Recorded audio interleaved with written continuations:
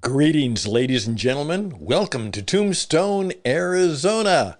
Please check your guns, belly up to the bar, get your favorite beverage, sit down and enjoy the entertainment because Tales of Old Tombstone with Stuart Rosebrook and Bob Boze, it's on the air and it's right here, right now for you.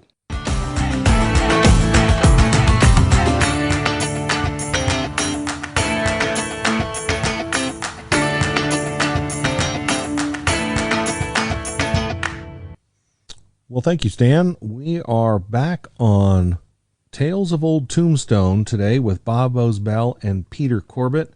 Peter is a noted Western writer, journalist, and has been traveling across the West for decades. Actually, we discovered that in talking with Peter before the show that this is his 50th anniversary of coming west from Ohio, settling in Flagstaff as a college student. And he and Bob have a lot in common about travel in Arizona in the Southwest and Tombstone. So welcome to the show, Bob and Peter. Thank you, Stuart. Peter, I've been following your writing. You have a blog, and you're a well-published journalist and publishing a lot about traveling across the West. You write a column for True West magazine. You're a True Western Town columnist, and the last couple of years you've been down to Tombstone a few times. Tell us about coming to Arizona in 1974 and when you were able to start touring some of the back roads and small towns of the state. Yeah, I think it was right around 1976. I moved here in 74. I think by 76, I hitchhiked down to Tucson during a winter break to see my girlfriend, and she borrowed a car. And we drove to Tombstone and Bisbee on an afternoon. That was my first exposure to Tombstone, and it's quite changed quite a bit since then. I don't think we spent a lot of time in either of those towns, but it was interesting to see it back then. It's a lot more. It's a lot busier there. There's more things to see and do, but it's still a pretty special place, and it kind of has grown on me over the years. I thought it was a little bit touristy and kind of cheesy in some regards, but it's kind of grown on me a little bit. So, Bob, when did you start going down to Tombstone?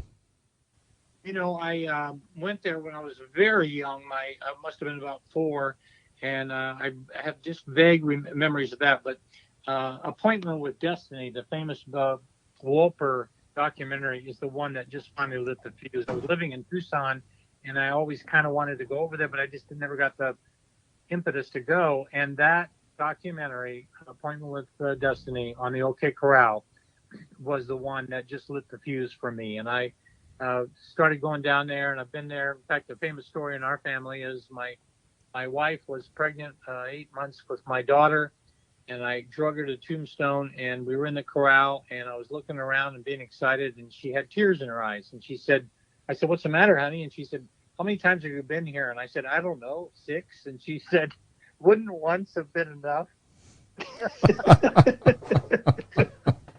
And the very fact that we're still married, I think, is a testament. I can't get her to go back to Tombstone. I will say that. It's not everybody's cup of tea. Let's put it that way. So, once you had a taste of Tombstone and Bisbee, Peter, did you? But you were going to school, in northern Arizona.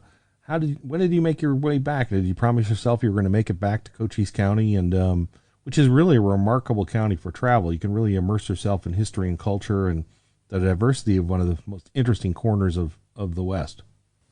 Yeah, I guess it was probably decades later before I made it back to Tombstone, and I kind of think of those places as a package deal with Tombstone and Bisbee.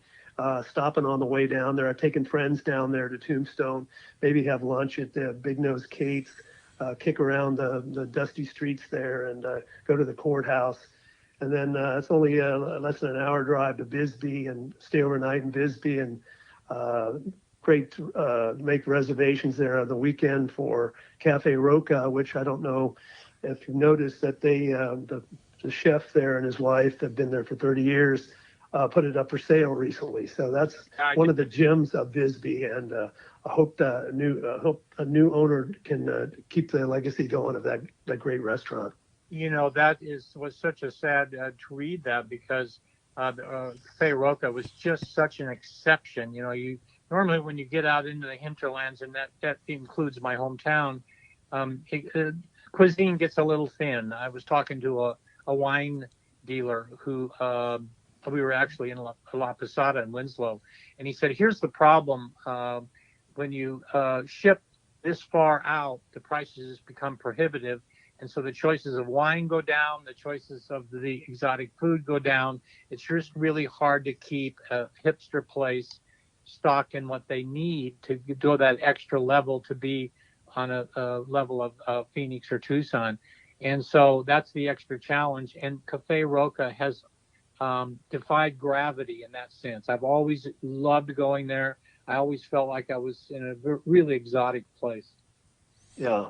And then just to add to that, the Copper Queen Hotel down there is also for sale. No, really? Over a century old. So that's an interesting property too. That it needs a little bit of work, but it's a really special place. Yeah, I've stayed there and my dad and I did a tour.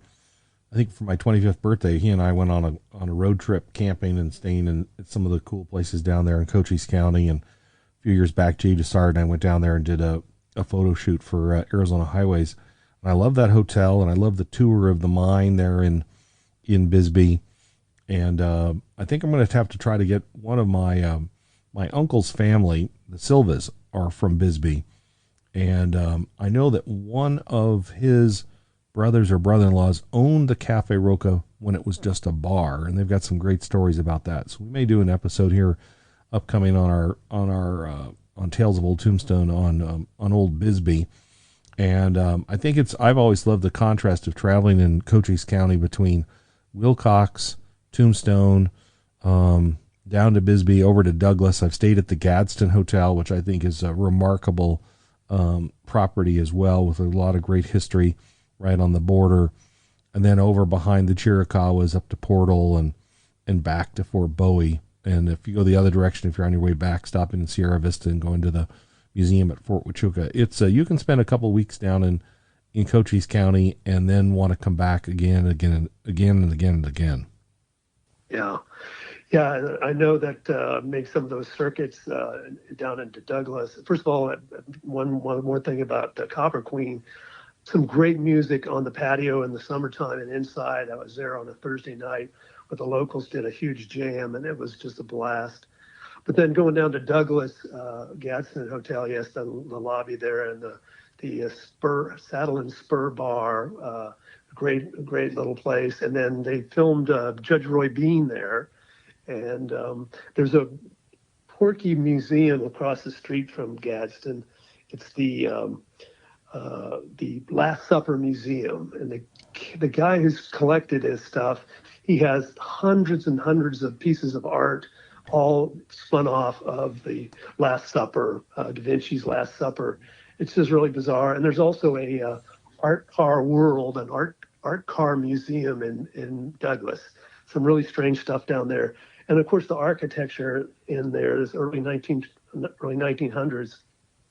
There's so much of it, and some of it's getting restored, but it just would be wonderful to see Douglas come alive with some investment. And there's grand theaters there.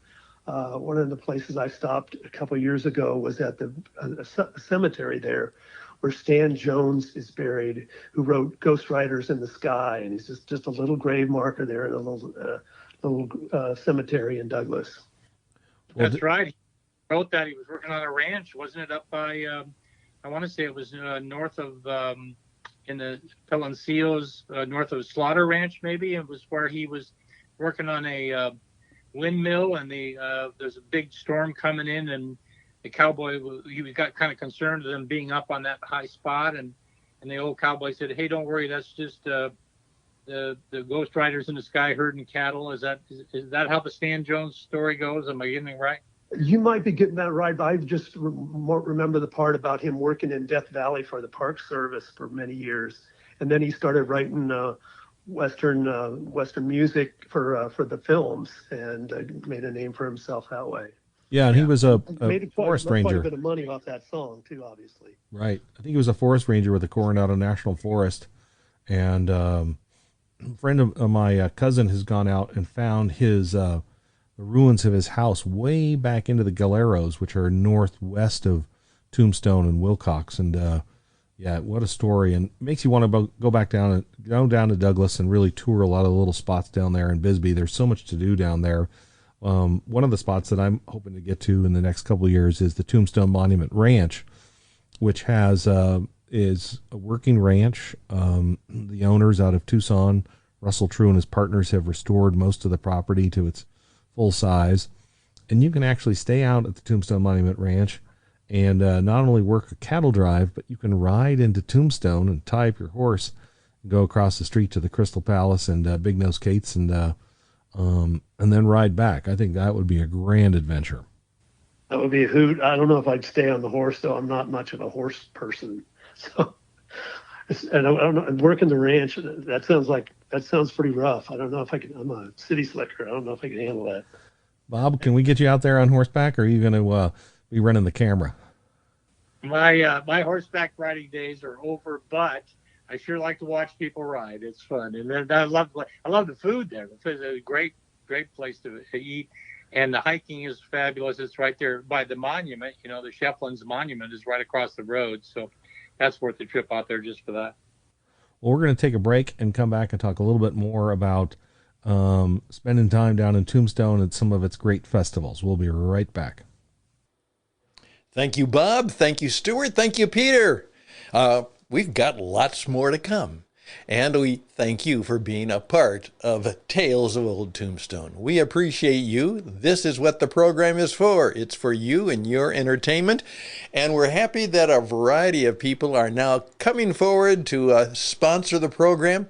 And by the way, if you'd like to be one of those sponsors who has the privilege and the opportunity to sell your stuff and your services on this great program, we would welcome you making a bit of an inquiry. We just might have a good offer for you. And we thank the people of Tombstone Monument Ranch. They are the people of hospitality. If you would like a Tombstone Western Guest Ranch extraordinary, a premier experience, TombstoneMonumentRanch.com. Check out their story, see their pictures, meet the characters, and say, this is something we need to put on our list of something to do, and perhaps we better do it maybe this summer right now. And of course, to the people of Tombstone, Arizona, and the many fine businesses that are there, they are very much encouraging us to encourage you to come and have an adventure of a lifetime in the town too tough to die, and it's ready to welcome you. We hope to see you soon.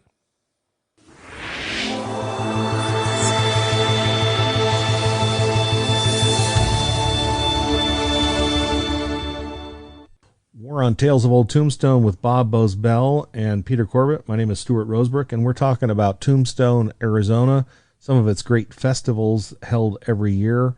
I think a lot of our listeners have heard of Heldorado, which is the oldest festival held every year in Tombstone, every October on the anniversary of the great gunfight behind the OK Corral. But Peter, have you spent some time, and Bob, have you guys down there for the different festivals, including Heldorado? The one that I went to recently was the 30th anniversary of the filming of Tombstone, and caught some of the events for that, and it was quite interesting learning so much about the making of the movie. That was a spectacular. I believe Johnny, the guy who played Michael Biehn, was there, who played Johnny Ringo. I think he was there, and they had quite a few people there. It certainly was a great event. So did you rub elbows with some of the folks who were in the movie and did some of the stunts, as well as some of the the actresses who played the wives of the Earps were there, as well as was Peter Sherayko there, who was very involved with the cowboys and doing a lot of the stunt riding? Yeah, I saw Peter Shiriko at the hall there, and talking about how authenticity was such an important part of that movie, that getting all the hats and the clothing right and the weapons, and really made a case for those kind of details, making films great.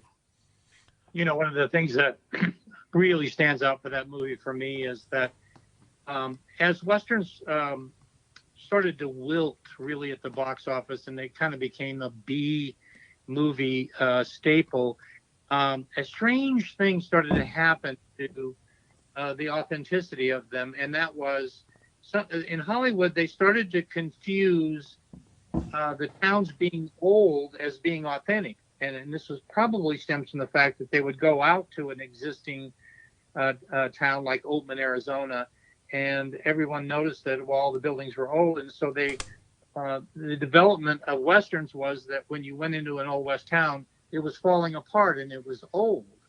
And this is actually not true at all.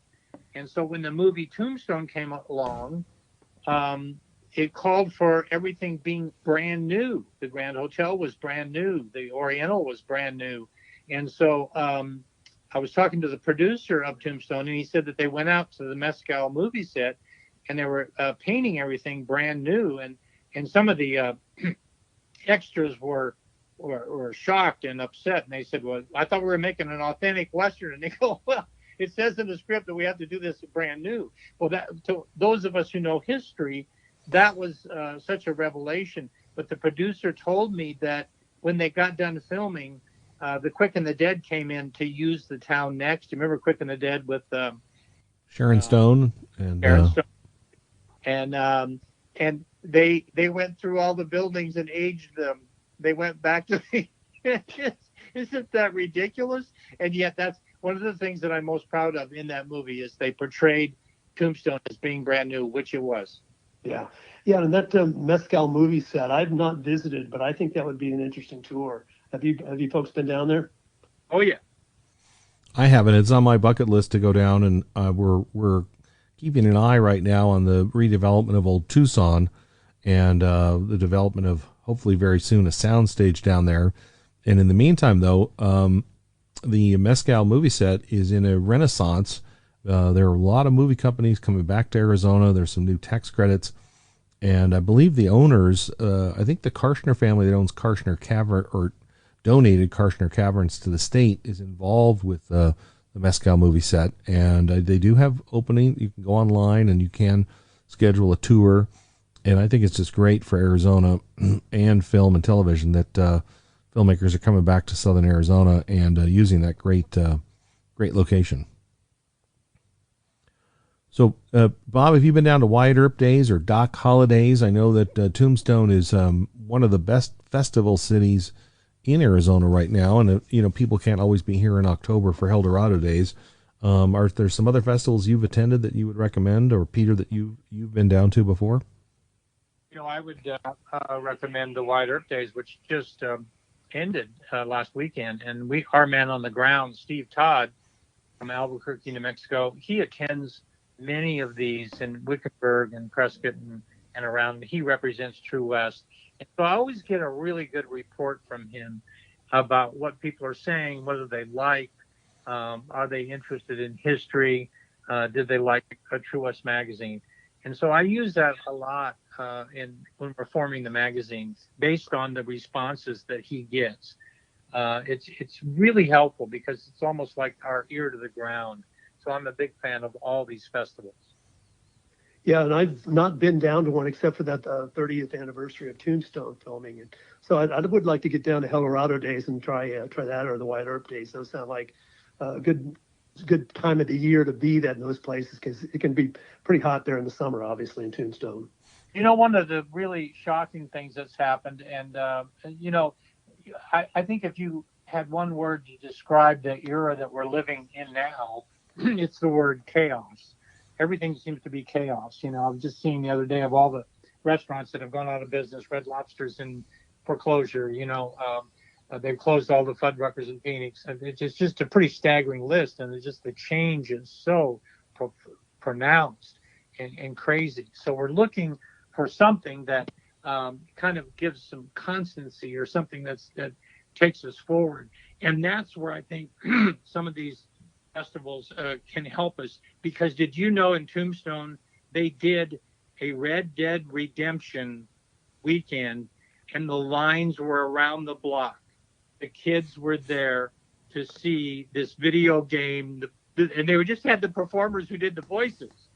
And so there is seismic change happening in our world, and some of it we have to accept, and some of it we have to just go with the flow. Well, we were down there a year ago, Bob, for the first annual Tombstone Book Festival that author Doug Hocking has organized. Doug lives retired down in Sierra Vista. He's a Western writer of fiction and nonfiction, and they brought it back this year, and it kicks off kind of the season in late February, early March, prior to the Tucson Book Festival. And what I enjoyed on that trip to Tombstone, we stayed at the Larian Motel, not too far from Shefflin Hall, is that it snowed while we were there, which was a great surprise, but also that in the off season, you could walk down Allen Street, and it was just you and a few other people after 9 o'clock, and the moon was up, and you could just enjoy Tombstone in a quieter time of year, which a lot of times I've had a lot of luck in traveling across the West, and you end up in a town that's not a festival weekend, but you can just be there with a smaller group, and it's a different way to enjoy Tombstone. I really enjoyed the trip down there, and then as the snow melted off and you're driving across Cochise County back into Pima County, through on all the small back roads. If you love back road travel, Cochise County and Pima County, south of Interstate 10, are really great places to explore. Yeah, I had a similar experience, Stuart, in 2020, going down to Tombstone in, I think it was May. Things are still a little bit closed up at other places. And I went on a Sunday morning, and I got there very early, and the streets Allen Street was almost completely empty. There was this old cowboy sitting on a bench there playing an old guitar and singing, and it was just really special, just like 2 or 3 people were around him. And he had a great song, great sound, and really got to enjoy the solitude of Tombstone on a Sunday morning. So it was church-like almost. Well, we're going to take a break right now, Peter, and we're going to come back and talk a little bit about some of those off-road trips you can take down in out of Tombstone if you're staying there for a week or so, and some of the places you can visit and actually escape the big city in Cochise County and experience nature and history and walk where history happened across the historic county.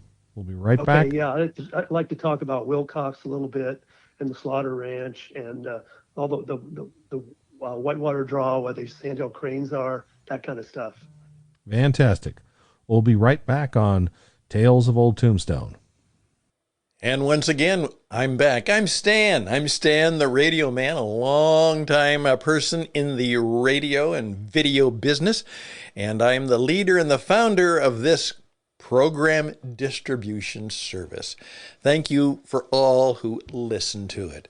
We are the leader, and you are welcome to join the Cowboy Spirit Radio Network. Perhaps you have a program of this similar nature, something that promotes the Western tradition, tells the stories. And you know what? Many of you wouldn't ever think that what you care about or what you think about could be on the radio. But the new medium of podcasting, of worldwide radio on the internet, personal on demand, is growing by leaps and bounds. And that's what we do at the Cowboy Spirit Radio Network. So I would love for you perhaps to reach out to me and say, how could I, my business, my great cause, my service, the things I believe in, how could I put together a program that we could have a place and space to tell our story and perhaps shout out our good cause and perhaps a little bit of the characters we are. So reach out to me at stan@witradio.net, stan@witradio.net. Now, Let's see where Stuart and Bob and Peter bring it home.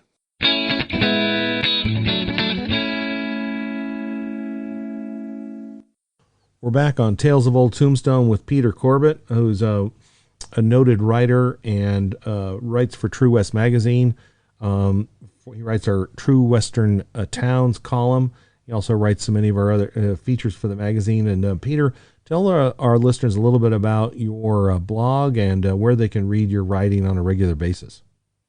Yeah, I've got something called On the Road Arizona that I've got Route 66 stuff. I've got small town Arizona pictures and stories about these places, and about 70 some pages of items, photos, items, and take a look at it. Also, I do a On the Road Arizona Facebook page that has some essays and stories about oddball Arizona history. So I'd love to share that with people, and and so get to some of the off the beaten path places that other than Sedona and some of the popular places that people gravitate to. Well, in the break, you and I were talking a little bit about how fun it is to go to Cochise County and get off the beaten path, go to some places that are special, that are unique, that you can, if you want to get out in nature, if you want to walk where history happened, small towns. And I thought maybe we would talk first about Wilcox, which I think is a town not to miss. And it used to be on one of the U.S. highways, of course, along the railroad. It has great heritage, is one of the great cattle towns of the West, and of course the hometown of Rex Allen. Tell us a little bit about going to Wilcox. Yeah, the Rex Allen Museum is, of course, one of the draws there, and I recommend people going to that. There's also a statue in the park right across the street for Rex Allen, and his horse is buried there in the park. Also, that train station I think it's one of the last, if not the last, redwood train stations that was built on the old Southern Pacific line. And it was actually moved. It's the city hall now. It's actually moved a little bit from the tracks, but it's really a beautiful old train station. It'll take you back to around the turn of the 20th century. Also, they have some wineries there, tasting rooms.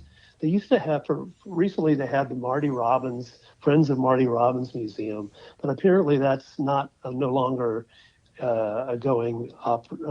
It's been closed. So there's that. And there's a bunch of wineries around south of Wilcox, in the Wilcox area, that I can talk about. One of them that stood out on a recent visit was a place called Torito Farms. That's Tirrito, Torito Farms. They're a very big operation. It's pretty new. They've got a brewery. They have a winery. They grow grapes. There, I believe. They also just put in some glamping, like geodesic domes that you can stay in. It looks like they do a lot of weddings and other events there. So look for that. That's among the wineries that are in the Wilcox area. That sure sounds like a lot of fun. And the Wilcox and Cochise County, I don't think a lot of people know, is actually one of the agricultural capitals of the state. They have apples, chiles, grapes and wineries. I believe pecans, tomatoes. I know there's a lot of vegetables grown down there, and also wheat that gets exported to Italy. It's Cochise County is kind of an enigma. A lot of people come there for the history, and they leave with a case of wine and memories of walking up and down the San Pedro riparian area, or even camping and hiking in the Chiricahua National Monument. Yeah, that's a really special place. Yeah, you mentioned sort of industrial farming in Wilcox. If you drive up towards Fort Grant on that back road there, you'll go over these huge fields and canning facilities. It's really remarkable, and I'd recommend that drive up there. That's I'm drawing a blank on the name of the little town there, Bonita. I think Billy the Kid had some history there. That's right. There's still a place. There's still an old store there that, since it's closed, but still standing there, and that's it's an interesting stop on the way. And the elevation's different too. You kind of cross out of the Sonoran Desert from the Tucson area into this transition zone of the Sonoran and the Chihuahuan Desert. And most people don't realize that the elevation they're at out there in the Wilcox Tombstone area, that you're definitely between 4,000, 6,000 feet, and in the foothills of the Chiricahuas and the Dragoons. The weather can be quite traumatic, and the weather can change pretty quickly. Have you had any experience with that? Yeah, I have some friends who are building a straw bale house out in Portal, not too far from that hotel there, that lodge there, with a general store there, and it's a little brisk. I've been there in the winter, in the early part of the year, in the spring, and it's brisk there. And the one thing that stands out about the Portal area is the dark skies, and there's apparently a bunch of astronomers that have moved there and have their hobby telescopes, and so those folks have really gravitated to that area for that reason. And of course, if you go in there, the Cave Creek Canyon kind of goes from the Portal area. You can actually take the road over to Chiricahua. I've not tried that. It hasn't been a good time of year to do that, but I'd like to do that drive across there. I think most of it's pretty good, but I'm sure there's some rough spots. Yeah, I've traveled across the Chiricahuas in a couple different directions, and you come in from the north west corner, to the National Monument, and you can camp there. And of course, there's the beautiful drive, into the monument with all the beautiful and wondrous hoodoos, a really geologic wonder there in the Chiricahuas. And then it's a national forest, part of the Coronado National Forest outside the monument. A lot of great camping. There's some great dirt roads that I've traveled across, from one side, from the eastern side to the western side of the Chiricahuas. And then, you can go in any direction from there. And one of my favorite locations to travel to in Cochise County is Fort Bowie National Historic Site. And, you can park your car, and it's a nice little walk, a nature walk. Depending on the time of year, you might not want to go in the summer. It can be pretty hot unless you do it in the morning. But it takes you across the Butterfield Trail. You pass Apache Springs, which of course was part of the great conflict between the Apaches and the U.S. Army. And then you come upon the ruins of Fort Bowie, and including a cemetery. It's quite dramatic, I find. And have you done that hike, Peter? I haven't. I drove through there. I kind of made a mistake I drove through the town of Bowie, and I meant to go straight to Chiricahua on the main road, and it was in the evening, and I wasn't sure I was on the right road. So I drove through there, but I haven't been able to see the Fort Bowie ruins that you talk about. But one of the things that just occurred to me is that Chiricahua, am I correct? They're just celebrating their centennial. They just had an event, I think, within the last few weeks to celebrate the centennial of the park. Yeah, I think you're right, and it's as I said, you can go back and forth to Cochise County, and really it's hard to do it all. And so I really recommend, making multiple trips down to the county. And Tombstone's a great place to make your headquarters, or start in Tombstone, and you can shift around to the small towns. Every one of the little towns down there has some great little motels, some unique locations we were talking about in Bisbee and Douglas. And one of them is the Amarin Foundation near Dragoon. It's one of the finest Smithsonian-style museums in the state of Arizona, similar on a much smaller scale, similar to the Herd, in which is dedicated to American Indian art and arts and crafts and historic pottery and basketry, and you can get a great introduction to the indigenous heritage of the region at the Amarin Foundation in Dragoon. Yeah, I've meant to get to there. It's on my bucket list. It's usually I'm driving all the way back from Wilcox, and you got the car wants to get back in the barn, and so I'll have to make that a special trip to make sure I stop there and see that, because it does sound like a really top-notch museum. So, Peter, if you were going to recommend a 3-day weekend or 3 to 5 day weekend, and Tombstone was your headquarters, what would be the first 3 things you'd do in Tombstone before you went out and explored the county? I would want to go out to the Chefline monument out there. I've not seen that ranch, the monument ranch that you mentioned. That'd be In fact, that'd be a great place to stay. Obviously, I don't know. The Larian Motel is another stop there. So, and you're asking about other places to see. I think there's a mine tour that I'm not sure which one is the best one. I think there's a couple. I'd like to see the mine tour in Tombstone because I really enjoyed the one in Bisbee. But that's another stop down the road is to do that mine museum in Bisbee. Let's see what else. Of course, when you're in Bisbee, there's Brewery Gulch, which is was a very rowdy place over the years and still is. They have the Brewery Gulch. There's a brewery there, actual brewery, and there's the St. Elmo's, which is a real dive bar. That's one of the oldest bars in Arizona. They often have some good rock and roll music there. So that's something that I always want to do. And there's actually a comedy club in Bisbee, Chuckles or something like that. And there's a comedian who lives in Bisbee whose name is I'm not going to be able to pull up right now. But there's some things to do. What we did early this year, we stayed in Bisbee and went to Whitewater Draw at sunrise. And the tens of thousands of sandhill cranes winter there, and then take off in the morning to go to feed on the farm fields nearby. And it's just an extraordinary scene having all those birds in the shallow draw and then taking off and flying over. It's really worth an early morning, or actually you can actually do it at sunset as well.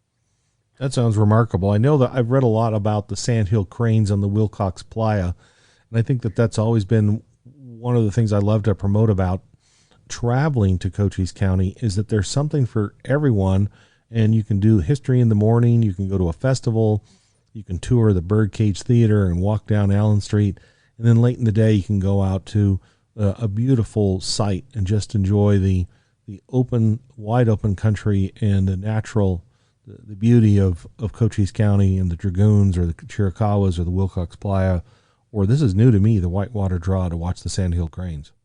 Yeah, it's only like 25 minutes out of Bisbee, so it's convenient to stay in Bisbee and get up in the morning, early in the morning, and head out there. And one other one that we haven't mentioned, I think you've probably been there, east of Douglas, is the Texas John Slaughter Ranch, which is a historic site.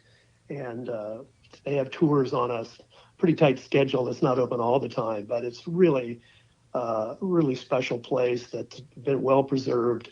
And I think most people would really enjoy it. It's right there down on the border. It had been a much larger ranch that spread into Mexico, but is now just limited to the Arizona side now. Yeah, that's on my bucket list. I've not been there before. I've promoted it many times, whether in True West Magazine or Arizona Highways. And you have to take the Geronimo Trail east out of Douglas, about 16 miles. And it does have history way back as a crossroads of indigenous people, and then the big San Pedro, it was a big land grant, Spanish land grant, and so it did stretch way along the border. And I know that some of the earliest American travelers into the region would always dip down across that ranch as they're on their way to the gold fields or on the way to California, and it's been an important crossroads and a water stop for travelers for a very long time. And I think it's supposed to be really one of the most remarkable little visits you can make in Arizona or in Cochise County. Yeah, talk about the four corners. Well, the four corners of Arizona, the John Slaughter Ranch is down in that southeastern corner, and it's about as far as you can go. But there's the other spot that we didn't mention coming out of Douglas to Portal on old US 80, historic Route 80. You get up to about a little ways up there, and there's the Geronimo Monument. It's just a stacked stone monument there out in the middle of nowhere. And I'd really love to see the surrender spot. It's not there at that monument, but it's back a ways. I don't know if you've ever explored or read about how to get there, but it's a little complicated, and I think the road is really, really pretty rough. You need a really good four-wheel drive vehicle to get there. Well, Peter, we've come to the end of our broadcast here this week on Tales of Old Tombstone. But we're going to have you back here soon, and we're going to talk about some of those back road trips that you can take from, if you've come down to Tucson and you want to explore the back roads from Pima County into Cochise County, and we'll hit the Coronado National Monument and all the little tiny towns and historic spots between Tucson and Cochise County. It's so much to explore down there. So, Peter, thank you and Bob for being guests this week on Tales of Old Tombstone. And there you go, folks. Thank you, Bob. Thank you, Stuart. Thank you, Peter. Great show, and thank you for being a part of the Tales of Old Tombstone radio adventure, radio experience. So we thank you, and remember, we'll be back. That's right, we'll be back next time, and we hope that you will join us for Tales of Old Tombstone. Best and blessings to you. Ride tall, stay safe, do good work, and you know what? Do something unexpectedly good for somebody this week. That's the cowboy way. Bye for now.